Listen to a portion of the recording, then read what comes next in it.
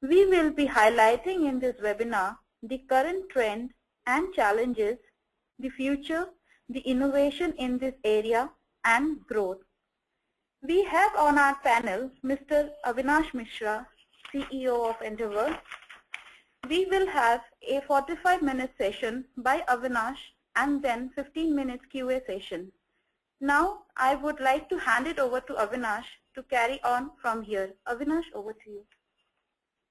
Hi.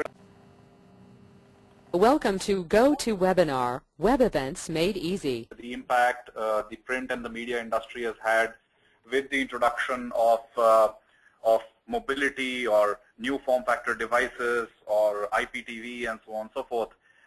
In essence, what you're looking at and we're going to talk about is how does the print and media industry stand today, what it has already done with regard to mobilization or the tablets or any new form of any new channel that is coming up, and what the challenges in front of it and what are the options that exist.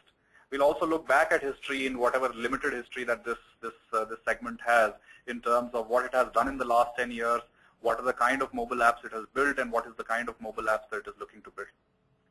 So I'm looking forward to talking to you in the next 40 to 45 minutes, and then of course we will look forward to your questions and look to see if I can answer some of them in this webinar. The agenda, as we've already said, is looking at the mobile app market and the mobile device trends, and all of this, of course, with respect to mobility in the print and media industry. We're looking at this whole articulation around the first generation of mobile apps for the print and media industry, and then looking at the second generation, what are the differentiators, what are the inputs and the triggers as this industry moves from the first generation to the second generation. We'll look at value creation in digital advertisement, and we'll look at what are the historical experiences from revenue generation in the media and publication industry, and where we've had success and where we've not had success, and what are the new ways in which companies are looking to create revenues with the introduction of mobile devices.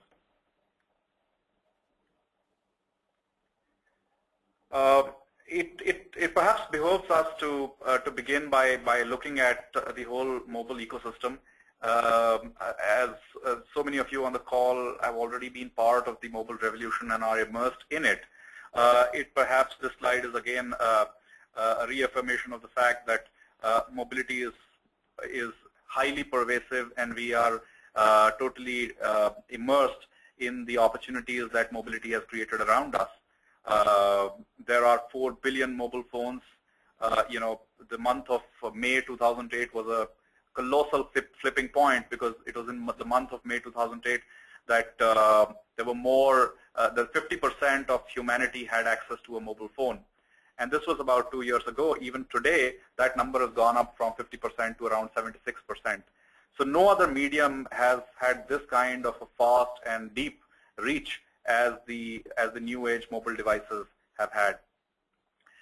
We are also beginning to see that the device itself is not that important. It's the usage of that device, it's the mobile apps on that device that are beginning to dictate the winners and losers in this battle.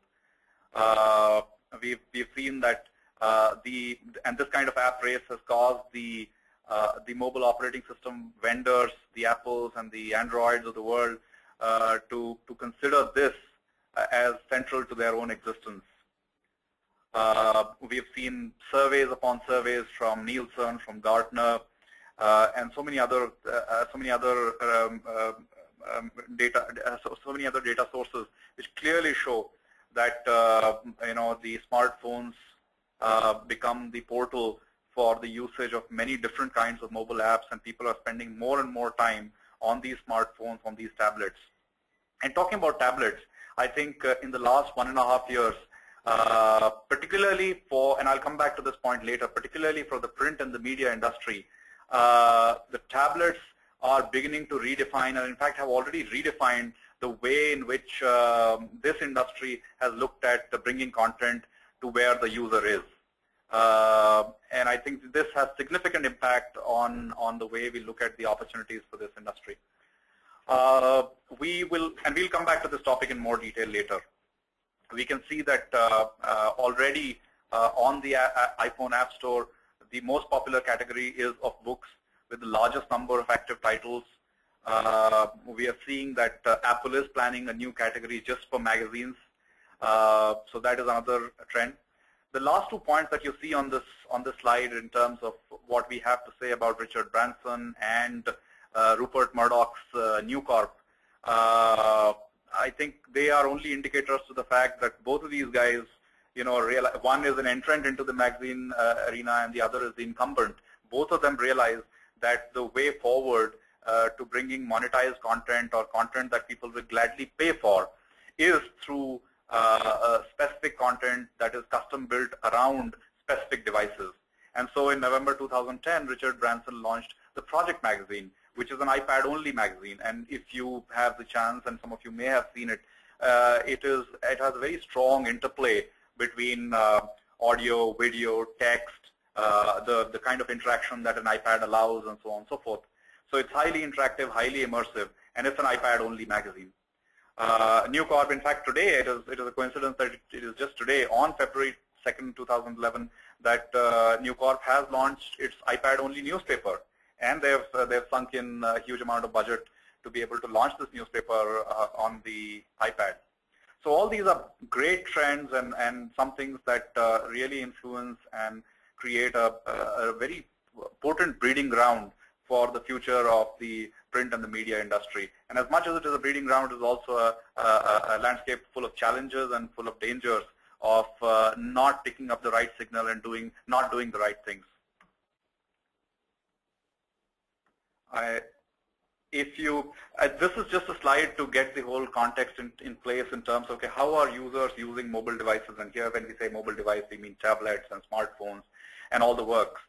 So we are seeing that almost at all points of interaction, whether it is during commute or at work, or even at work, I should say, while watching television, while shopping, while waiting in lines, at home, there is a significant audience that is agreeing and as part of these surveys is saying that it is using these mobile devices. So this clearly shows that, as a part of the lifestyle, mobile devices are entering into the way in which we work, live, play. And because we do all of this on the mobile device, it is important that those who provide us content, namely the print and media industry, will have to be where we are as users of mobile devices. This slide that you see here is on just highlighting the fact that there is a tremendous growth rate of mobile devices. We have not seen it slowing down. In fact, it is only accelerating. 50% plus growth rates, millions of iPads sold per quarter, and more than that. I mean, iPad is just today is used as a placeholder for anything that we want to talk about the tablet opportunity. But I doubt if that will be the case next year around, or in fact even 6 months down the line, because in this particular year itself, 2011 itself, we have more than 60 different iPad competitors coming up, 60 different Windows 7/Android tablets that are hitting the market. So you can see the amount of importance that these manufacturers are placing on these kinds of devices. This slide, in fact, reiterates the same fact, and I will not do the injustice of reading through the list of all the devices. But even so, you can have a look and see that all of these well-known manufacturers, from Motorola to LG to Lenovo, all of these, Asus and everyone, it has some kind of play on the tablet form factor for 2011, and all of these have launched and committed to bringing all these models into the market in this year. So therefore, the impact of what we can do on these tablets and what people have tried to do on these tablets is immense. The print and the media industry can make a transformative leap from where it is today to where it can be if it takes cognizance of the rise of the tablets, and indeed also understands the right place for smartphones as it looks to provision content to a consuming audience. And I will come back to this recurrent theme once again when I discuss the first and the second waves of mobilization for print and media industry. It perhaps at this point let us also take a one step back and look at what was the last time that and it is not far away. In fact, we are still living through that in terms of what is the impact that print and media the web has had on the print and media.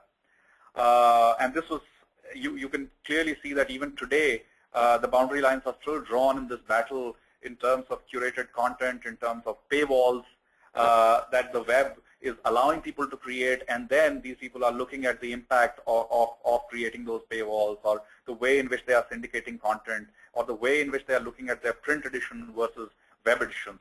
I think there are significant lessons in all of these as these print and media companies look at the next wave, which is one of mobilization. So we've seen that print and media media industry is still adapting to the influence of the web. We have seen that the Wall Street Journal and people like the Times of London, the Sunday Times have installed paywalls. That is, you need to pay for a subscription to be able to read their content. And we also see that these paywalls continue to exist even though immediately after the creation of these paywalls, 99% of the readership has disappeared at given publications, in particular Rupert Murdoch's London Times. We also know that that 2011 will be a landmark year in the sense that this will be the first time in history that the advertising revenues from online sources will eclipse newspaper and printed magazine advertising revenues. So these are significant pointers, and the lessons that we've got to internalize from here and take them to the mobile world is that print and media industry must forget about being a destination and more be where the people are, and this is significant. Print and media industry must understand that all media is social, and the value of community in you being relevant is absolutely immense.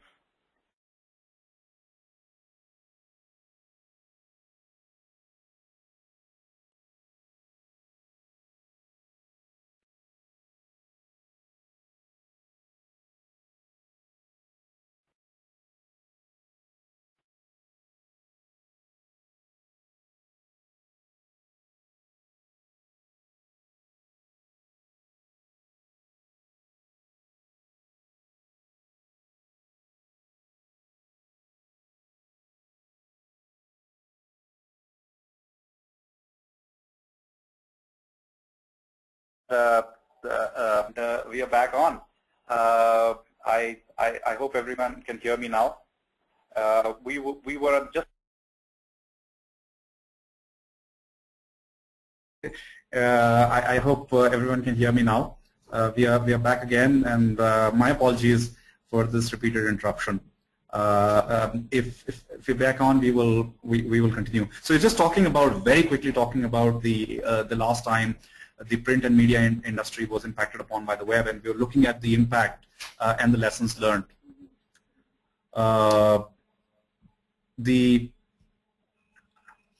We had gotten to the point where we were just talking about the impact of Groupon and how news sites are using them as an example of collaboration between something that the newspapers and media industry does not own, and they've collaborated with either a Groupon or a white labeled service like Tipper to be able to provide these kind of deals.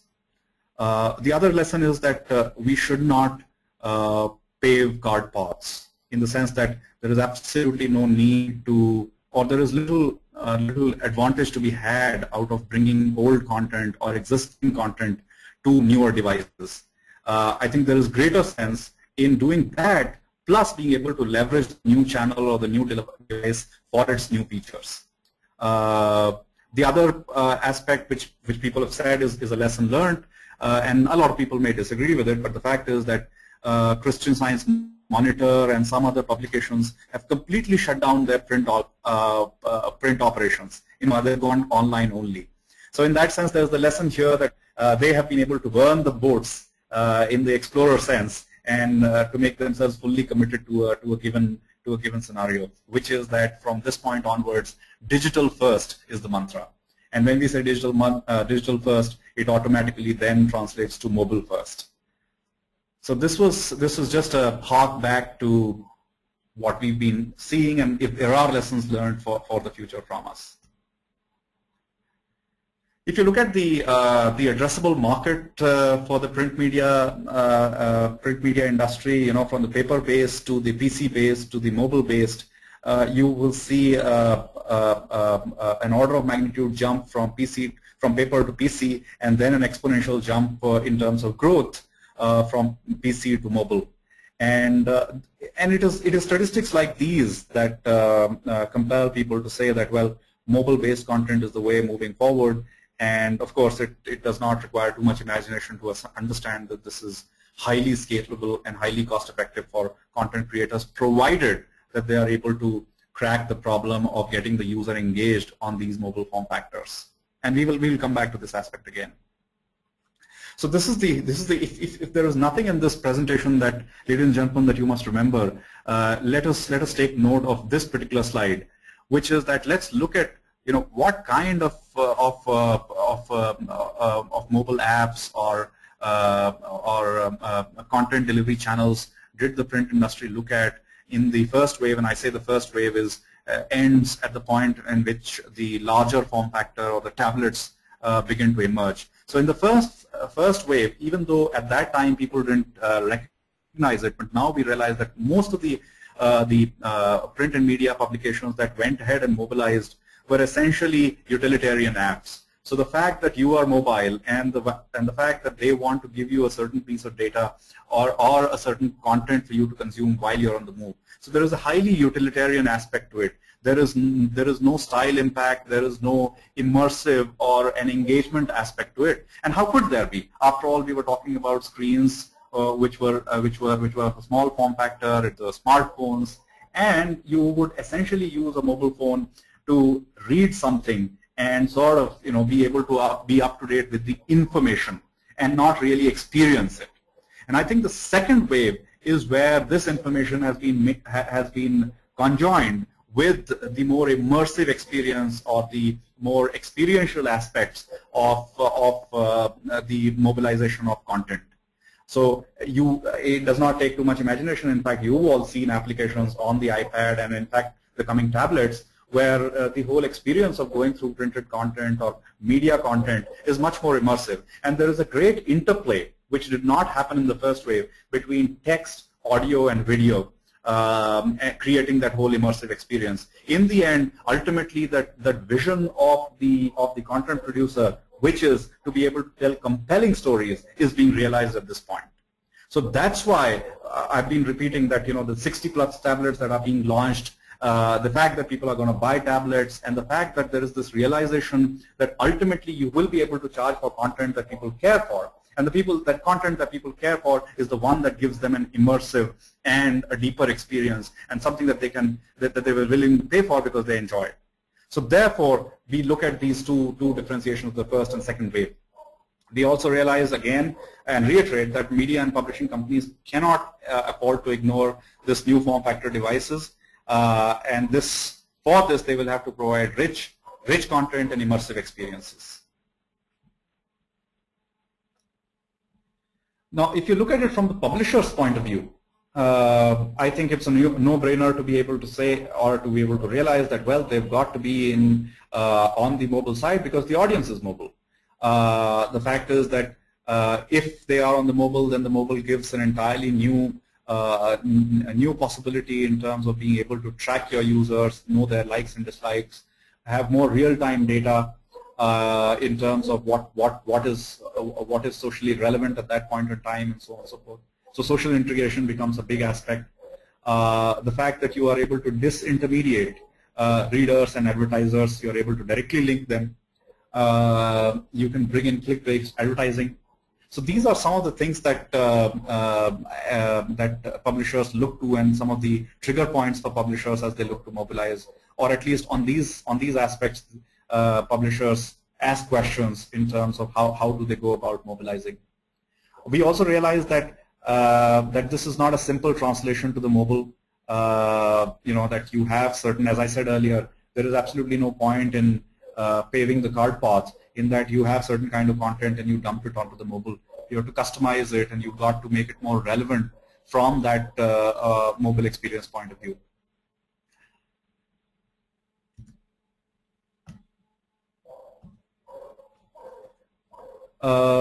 Here is a small metric which we noticed and we thought this is an important point.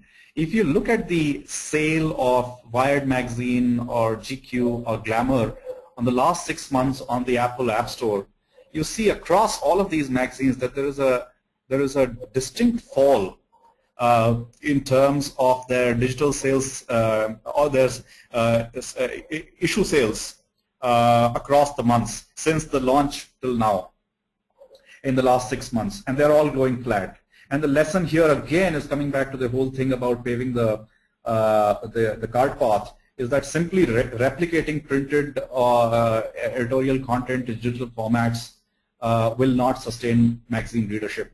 I think what will sustain magazine readership is to be able to provide a much more dramatic experience which leverages the capabilities of these devices, linking these to the usages that a user may want, or specializing them to the kind of use cases that user may be living in. So whereas a travel magazine may want to put in things around travel or maps or track my trip or applications to be able to a live blog or microblog or put in pictures of places that you've been visiting and so on and so forth. So to be able to modify that content around the lifestyle of the mobile consuming audience is something that will hold these magazines in good stead going forward.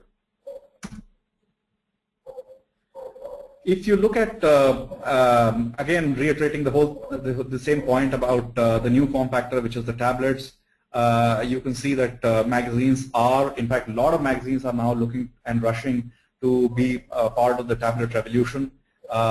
At this point, the jury is still out whether the walled garden or the paywall approach that the Apple iStore, the iTunes Store will allow for magazine publishers to be able to monetize these magazines. The jury is still out whether that will work. However, it is a fact that most publishers do believe that this is the way in which they will be able to monetize content, which they could not in the first wave of the mobile revolution.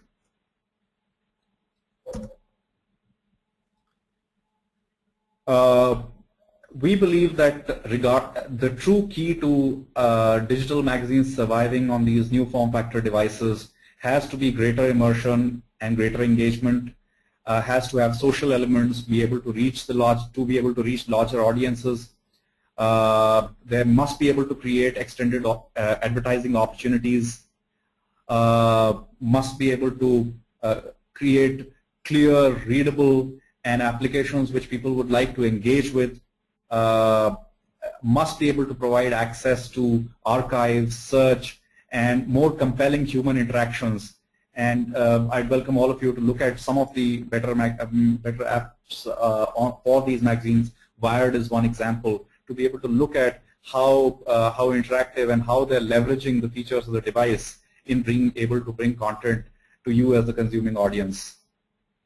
The more compelling thing about this whole opportunity is the last point that we're trying to make here in terms of the interplay between audio, video, imagery, and text, and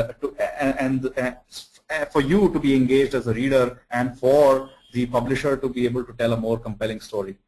So the digital future is definitely mobile, but it is mobile only if, as we've said, both the utilitarian and the immersive, both these aspects are catered to.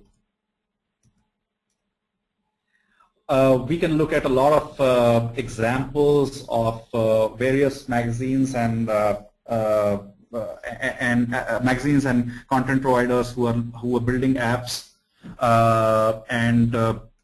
we can see that a magazine like Premium Guitar is creating stickiness by linking the reader content and guitar lessons on the mobile app.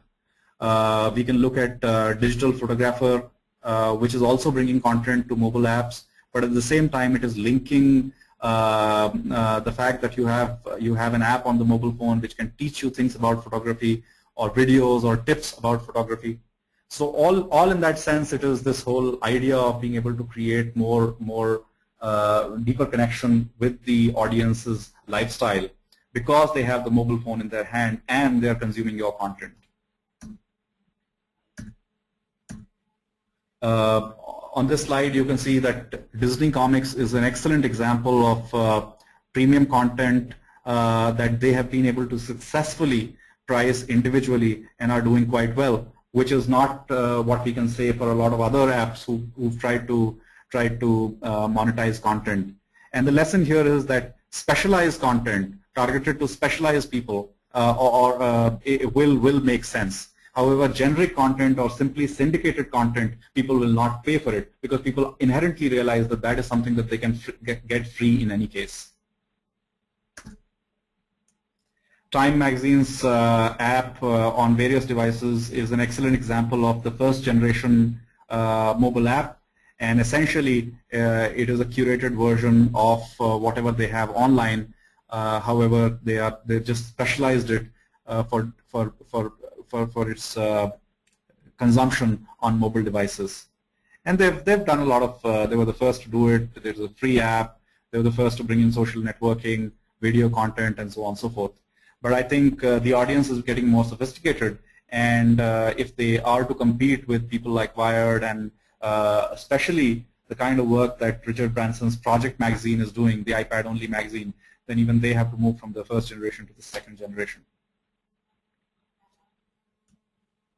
Tron is an example of, again, where they have successfully been able to, Wired magazine, I'm so sorry. Wired is an excellent example of where the app has been a conduit for paid content, and they have been able to get audience to buy content or purchase content a la carte.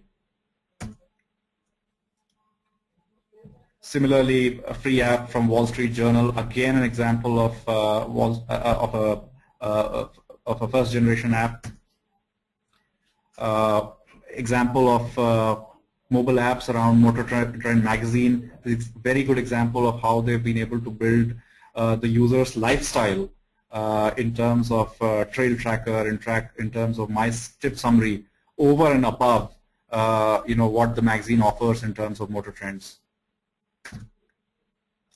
So what are the learnings from this current trend? We are looking at immersive content being a key driver for content players as they go mobile. We are looking at selective content also as a driver for revenues on the mobile form factor. We are seeing disintermediation and a direct creation of link between the advertiser, content, and the reader. We realize that there is a new channel, and that creates a new competition and new opportunities. So, for example, brands which had no prior print magazine experience are now exploring the iPad and Android devices for specific magazines. We've also seen, given what the technology offers, we've also seen a lot of people experimenting in terms of the interplay between printed content and mobilization. So here is an example of an advert that AXA placed a few months ago, in terms of where the people were invited to place their iPhone on a part of an advertisement which showed an accident that had happened. And if you place the phone on that piece of advertisement, then the iPhone would show to you how that accident came to be, and how is it that currently this is where the situation is. So you may look it up on the web and so on and so forth. You might enjoy it. But this is an example of how technology and this thing is coming together. The mobile opportunity is coming together to create more interactive and more creative advertising to engage the user. We've also seen, as we've been saying, is that we've been able to create catalog-based, or we've been able to create disintermediation between the apps, between the advertiser and the end reader or the end consumer. So where you have a magazine on the mobile device, and you can directly link contents of that magazine, maybe a dress or a piece of furniture that is featured as part of a story that the content is working around, and directly link that to stores or to places where people can get a quote on or look at a purchase through the mobile. We are also looking at a lot of players looking to leverage augmented reality, location-based hyper-local advertising, digital coupons, specialty offers, catalogs, store locators, and a whole list of these things, all built around the fact that the device allows you to know where the end user is. In some sense, it allows the end user to be able to make greater use of information from your app using the GPS, using the device camera, and this whole aspect and this buzz around augmented reality to be able to create this kind of experience for the user. So this is something that we have seen some experiments. Jimmy Choo, an online luxury retailer, shoe retailer, has done something around augmented reality and location-based advertising. We have seen Esquire magazine do some of this. And in fact, many of these people have drawn a lot of flack from the media as well in terms of the fact that they are merely technology demonstrators. In fact, many publications or many bloggers have gone on to brand these efforts as time wasters and mere demonstrators. However, we do believe that this is the future, and this will continue to evolve. Augmented reality and the fact that the mobile device knows a thing or two about you, and to be able to customize and personalize your experience based on what it knows about you and your own surroundings, and to be able to bring in context, I think that is definitely the future. The revenue streams that we see for the print media industry are definitely one, as people have believed, is the paywall approach, as in charging people for the application or the content. However, we do believe that this is only possible for specialized content in niche verticals. If you're syndicating content and if you're a generic provider, then this is something that will be difficult to do. In terms of, we are also looking at mobile ad revenues. Now, ad revenues can be from third parties. So you can have, all of us are aware that the number of third party that you can, mobile ad engines that you could integrate, and you could earn some revenues on that. However, the amount of dissipation and the lack of targeting that happens in such things is something that people are looking to improve upon. iAds and so on and so forth have exactly that idea in mind. We are also looking at the other mobile ad revenues in terms of the current print editions carry a lot of ads, and how do you migrate that audience onto the mobile device in more creative means, and not simply just dumping that advertisement onto the mobile device.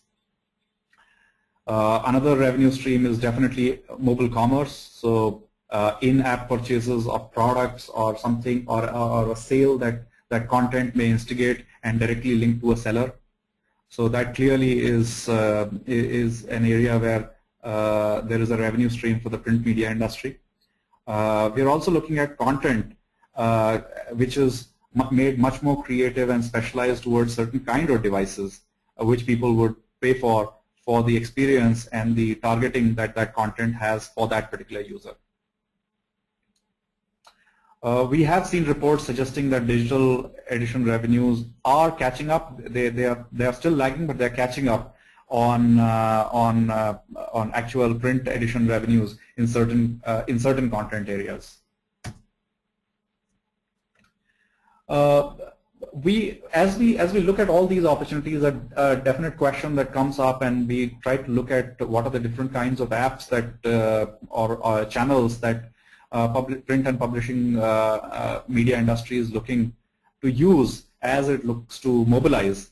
And we've seen basically two types of offerings. One is the generic mobile apps. So there are providers that will mobilize your magazine, but they have got one form, and they have a specific interface through which the magazine will be, or the printed content will be mobilized. And these are primarily aggregators who do this kind of thing. However, we've also seen certain other magazines and print media industry taking the other view, where they do not look at these generic platforms, but they look at more customized and targeted bespoke mobile applications. And there we've seen that on various factors, as you would appreciate, that on certain key features around flexibility of the layout and the content, certain features around the device capabilities of audio, video, camera, location-based services, augmented realities, and so on and so forth. The generic mobile platforms are still lagging behind, whereas the customized mobile applications that these companies are launching are way ahead in terms of the experience that they are creating for their end users. So there are strengths and weaknesses on both sides. You know, there is a strength of faster time to market on generic mobile app platforms. There is a strength of greater personalization and much more compelling experience on the side of customized mobile applications.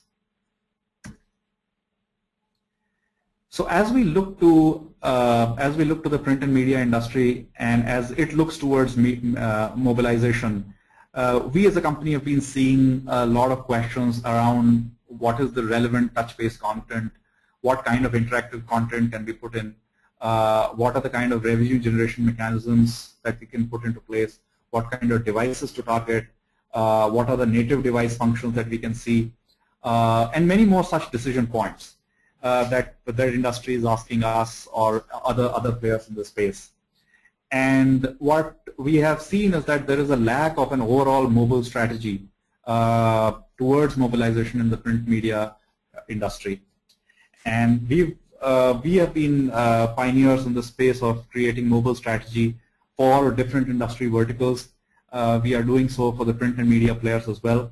Some of the contingent points on a mobile strategy are around what would be the multiple mobile platforms, their support, their strategy, thick client versus thin client versus a content distribution framework, you know, the choices of tablets, smartphones, IPTV, mobile advertising, what are the options and selections of pricing models, what is the competition doing, what kind of models is it putting into place.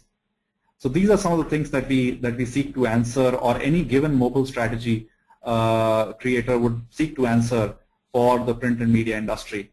And of course, then there are very specific things around mobile itself in terms of what would be the mobile infrastructure and the back-end IT requirements for mobilization, what is the end user experience design guidelines, you know, what is the quick wins or short-term or medium-term or long-term applications and platforms that must be targeted upon. What are the security, for example, DRM protection and so on and so forth. What are the security considerations for online content distribution. So there is tremendous uptake, and I think there is tremendous importance of being able to create a mobile strategy and roadmap before or as print and media players are look to mobilize and bring content to the mobile devices. Ladies and gentlemen, thank you for this call. This is the end of the presentation. My name is Avinash Misra, and I hope I've been able to give you some sense of where the print and media industry is with regard to mobilization, the challenges, and the opportunities that lie ahead. Being part of Endeavour Software, which is the mobility company, we live, breathe, and do all sorts of things with mobility. We feel that mobility is a significant threat, opportunity, and a fantastic playing field for the time to come for the print and media industry. Thank you so much for listening. I will be open to questions from this point on.